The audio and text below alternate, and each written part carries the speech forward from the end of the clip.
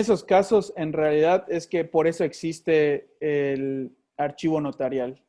El archivo notarial es el que se encarga, en este caso, de hacer la investigación y ver. Porque muchas veces las personas, o sea, el último, es que siempre va a ser el último testamento.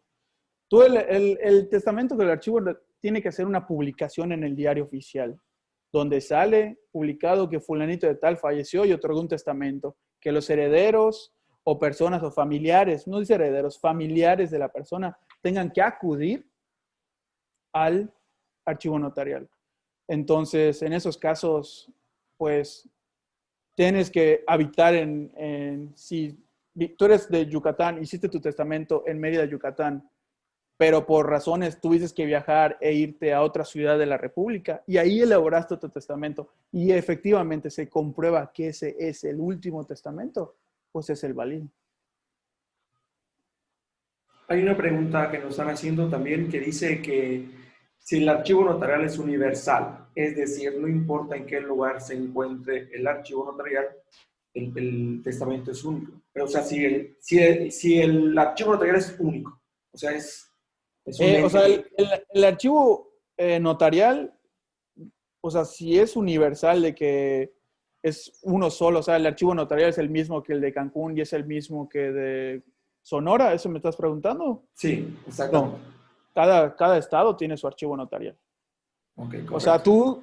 vamos a poner otro ejemplo la pregunta que me hiciste. Por ejemplo, yo viví en Mérida, pero me fui mis hijos, ¿no? Viven en Campeche. Entonces, si yo fallezco, ellos tienen que ir a donde yo vivía para averiguar si en realidad ahí no hay un testamento, ¿me entiendes? O sea, van a tener que ir al lugar donde nací y van a tener que ir al lugar donde viví, ¿me entiendes? Para averiguar en realidad si no hay un testamento, porque pues nunca me ha tocado esta pregunta que tú me hiciste, pero pues yo creo que sí, que sí esto es algo como que puede pasar, ¿no? Correcto. Pero Pues, no están entrelazados ningún archivo notarial. No es como los uses, ¿no? Que puedes sacar tu acta de nacimiento de Campeche aquí. No, no es así. O sea, ok, tienes que ir a la ciudad, que tú creas que sí, es una chamba para los correcto, herederos. correcto. Pues sigamos con el tema. Ok. Muy bien, entonces, digamos, ¿cuál es el procedimiento? Bueno, pues ya expliqué cuál es el procedimiento. ¿Qué cosas puedo heredar? Puedes heredar lo que quieras, siempre que sea algo material. No puedes heredar el aire, no puedes heredar, este, no sé, el Golfo de México, 2 metros cuadrados del Golfo de México es mío, ¿me entiendes? O 2 litros de agua es mío. No. Tienes que heredar cosas, pues, materiales, ¿no? Puedes heredar, te repito, desde una pluma hasta cuentas bancarias, en acciones, puedes heredar coches, animales, de hecho puedes heredar, puedes heredar todo lo que tú quieras, siempre y cuando puedas demostrar que es tuyo, que es de tu Correcto. En propiedad. cuanto a esta parte que usted está explicando, nos hacen una pregunta, nos hacen una pregunta en el chat. ¿Qué pasa en caso de que algún bien o algo que se va a heredar sea ilícito? O es decir, de que no sea permitido, sea imposible el otorgamiento de esa herencia. ¿Qué pasa? Por ejemplo, el hológrafo que tú comentaste, que el dueño vaya que va a someterse a un testamento pone algo que no debería de poner para poder heredarse. ¿Qué pasa? ¿Recibe la asesoría adecuada o cuál es el procedimiento? ¿Qué Pues en pasa? realidad algo ilícito, pues no creo que vayas a heredar 2 kilos de marihuana, ¿me entiendes? O algo así, que sea algo ilícito o que hayas robado. Si robaste un banco y tienes dinero en efectivo, pero nadie se enteró que robaste un banco, pues tú lo puedes heredar, aunque sea algo ilícito. La persona que está testando, sabe que es ilícito, pero yo como licenciado o el notario, son cosas que en realidad no podemos, no están en nuestras manos. Obviamente nosotros tenemos la obligación de averiguar siempre y cuando sean propiedades, ¿me entiendes? Podemos averiguarlo en el registro público, podemos averiguar en la plataforma donde están las sociedades, que la persona efectivamente sea un socio, ¿me entiendes? Pero heredar algo ilícito, pues la verdad es algo, para empezar, no somos jueces para decir si es algo ilícito o no, ¿me entiendes? Ya tendrían que comprobar. Por ejemplo, digamos que, bueno, ahí sí puedo adecuar un poco la pregunta en mi respuesta. Digamos que yo, pues estuve metido en cosas ilícitas y me bloquean cuentas que yo ya heredé. Ahí sí, mientras estén bloqueadas por alguna razón de lavado de dinero o algo así, ahí sí yo diría que no, pero te puedes elaborar tu testamento, ¿no? Y así en realidad como que digas, no, no puedo meter esto. Porque, bueno, armas, puedes heredar armas. No por heredar un arma significa que seas un ladrón, ¿me entiendes? Entonces yo creo que, o sea, la pregunta llevaría más a lo que yo te dije, de que en dado caso de que a mí me sentencien, ¿no? Por lavado de dinero y me congelen mis cuentas, ahí sí, sí ya podríamos, como que no, ya no podías tú como heredero, pues, adjudicártelo, porque están congeladas las cuentas. Pero aún así está en tu testamento. Correcto, Lee. Sí. Pues puedo proceder, ¿no? A ver, ¿en qué estamos? ¿Qué cosas? Ventajas de hacer un testamento.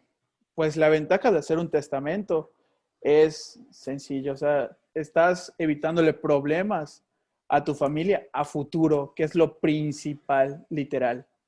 O sea, muchas veces pasa de que, te digo, o sea, la gente aún no está muy acostumbrada a hacer tu testamento. Porque antes, pues, antes todo era escrito, ¿no?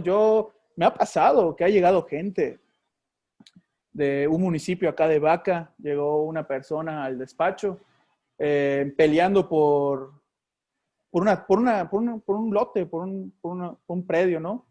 Diciendo que ese predio su papá se lo había donado en vida. O sea, que se lo había otorgado, lo tenía escrito en un testamento que él elaboró a puño y letra, pero no estaba con el sello del archivo notarial ni nada de eso, ¿me entiendes? Y había otra persona que decía que era el dueño, que el señor ya se lo había vendido y sí tenía los papeles el señor, pero la persona que llegó conmigo me estaba de que no, o sea, mi papá me lo dio, o sea, me lo heredó, es mío. Entonces ahí es otra chamba que nosotros tenemos los licenciados, de hacerle entender a tu cliente de que en realidad no es en algo que está hecho bien jurídicamente, legalmente, ¿no? Ahí sí, sí es otra cosa que nosotros pues tenemos que batallar al día. Y por eso siempre le decimos a las personas, hagan su testamento, hagan su testamento. ¿Qué pasa, Lee, en este caso si el abuelito, vamos a decirle así, fallece y no deja un testamento, pero tiene dos casas, ¿no? ¿Qué pasa? ¿Cuál es el procedimiento que se sigue ante el notario? Cuál es el deber? O sea, un hijo, digamos que son tres hijos y pues quieren a ver a quién se le adjudica esos bienes. Entonces, ¿qué es lo que va a pasar? ¿Cuál es la Claro, tarea que deben tener los hijos, ¿no? mira, cuando pasa eso de que la persona que tiene las propiedades no deja un testamento, pues inmediatamente al fallecer se intesta.